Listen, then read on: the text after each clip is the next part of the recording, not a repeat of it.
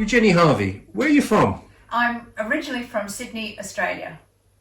As we can see from the map behind you. So where specifically in Sydney? I grew up in a little place in a suburb called Epping, and it's funny, very unimaginatively, I lived in Epping, in Gloucester Road, around the corner was Dorset Street, you came up Cheltenham Avenue, Norfolk Road, so clearly when they were doing the town planning where I grew up in Sydney, they were harking back very deliberately to England.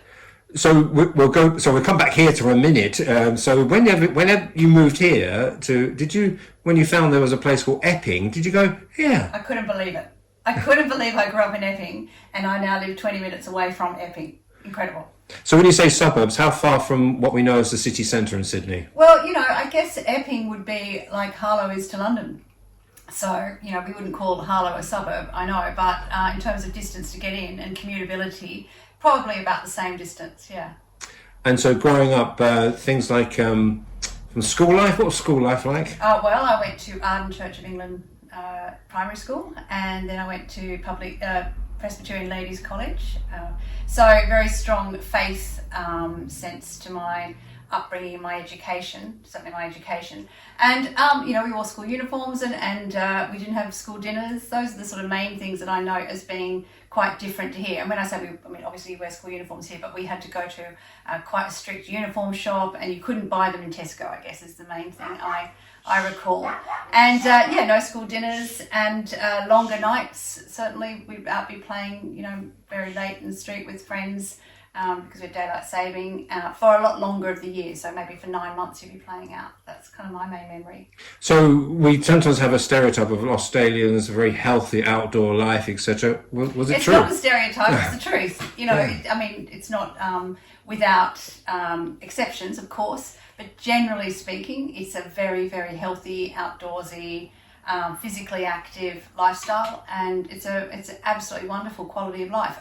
Obviously not for everyone, but as a general rule, yeah, it's lovely.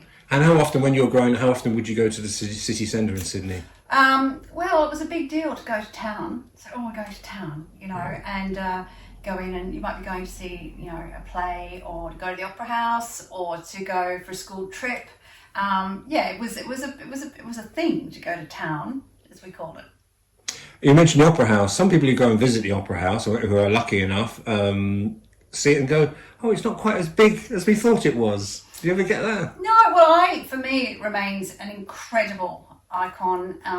Absolutely beautiful. The whole of Sydney Harbour. I really, if people have ever had a hankering to go to Sydney and they have the means to get there, which of course is no small thing, and it does take a long time, but I would absolutely say Sydney Harbour, the bridge, the Opera House, the ferries, Luna Park, it is absolutely dazzlingly beautiful. Yeah.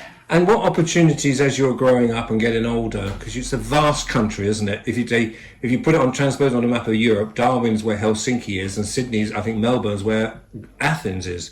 How much travelling around were you able to do? Well, I didn't do so much. My family we lived in Sydney, and I had family in Melbourne and family in Brisbane, Victoria and Queensland, so the two adjoining states. And I did a lot of that interstate travel to those cities and country territories.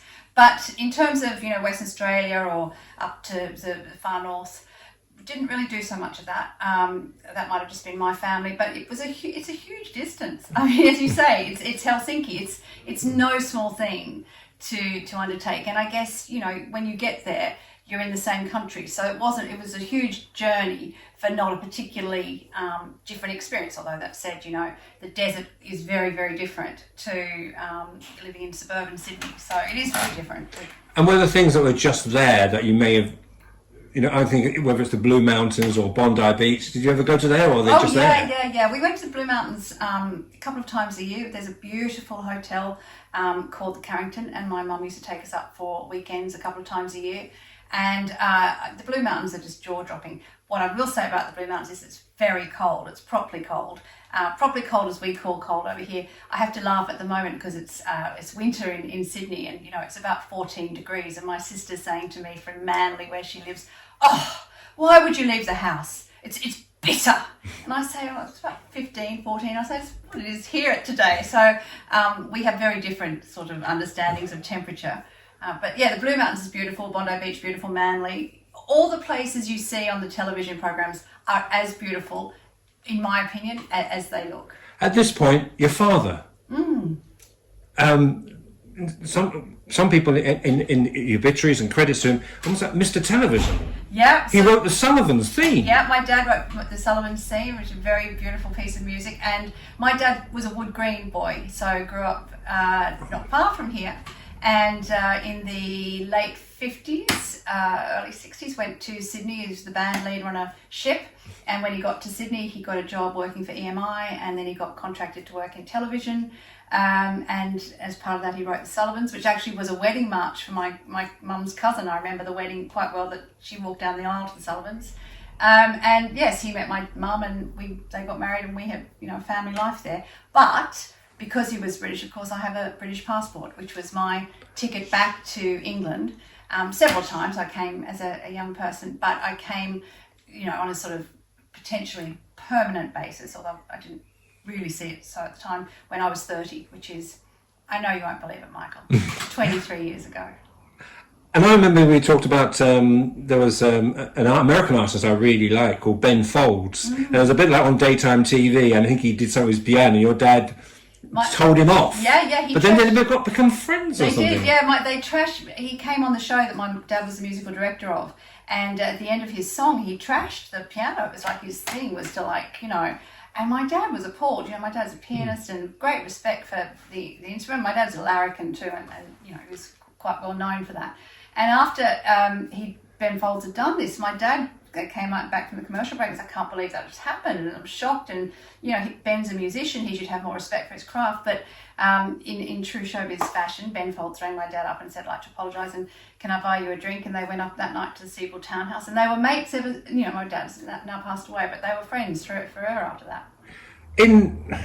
Has Australia changed in any way over the years, do you think? In which ways do you think it's changed? Well, again, Australia is a massive country, so it's hard to speak about it in its entirety. But certainly Sydney, where I'm from, I noticed a big change after the Sydney 2000 Olympic Games.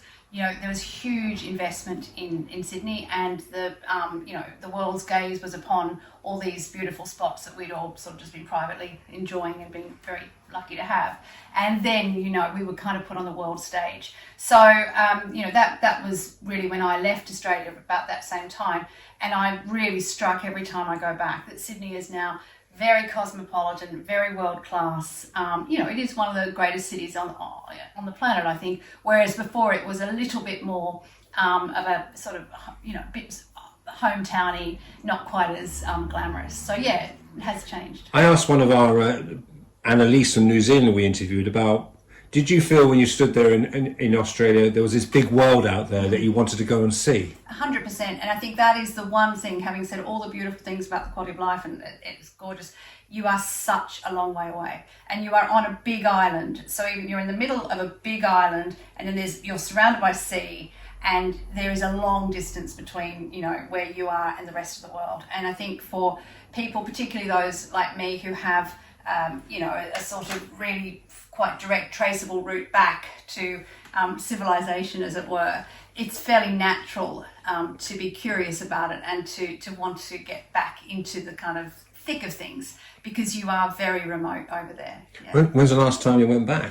I went back at Easter this year, so Easter 2022, first time in 2.5 years.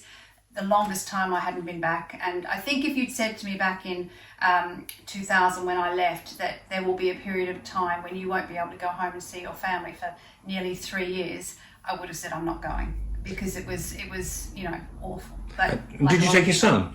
I took my son Isaac. And what did Isaac think? Oh, he was very pleased. He just loved it. Yeah, he's really very proud to be half Australian, and it's a great experience for a kid to have the opportunity. Oh my God, to travel to the other side of the world and to be on planes and just to experience the incredible world we live in. He's incredibly lucky. Yeah.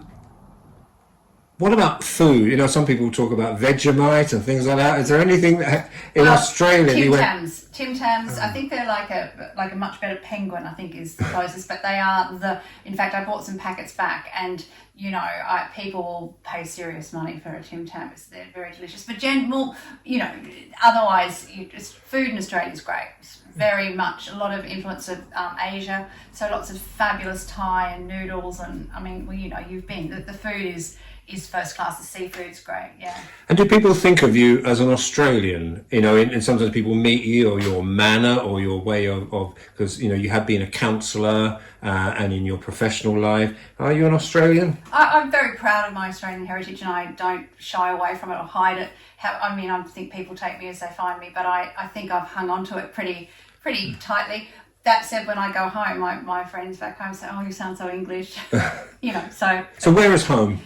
Oh, Michael! Wow, that's a big question, isn't it? I think I'm very conscious of the sort of there's something about the air and the light and the sense of just getting in the car and knowing exactly I'll put it this way: I'm very, very happy here and very proud to live here and bring my family up.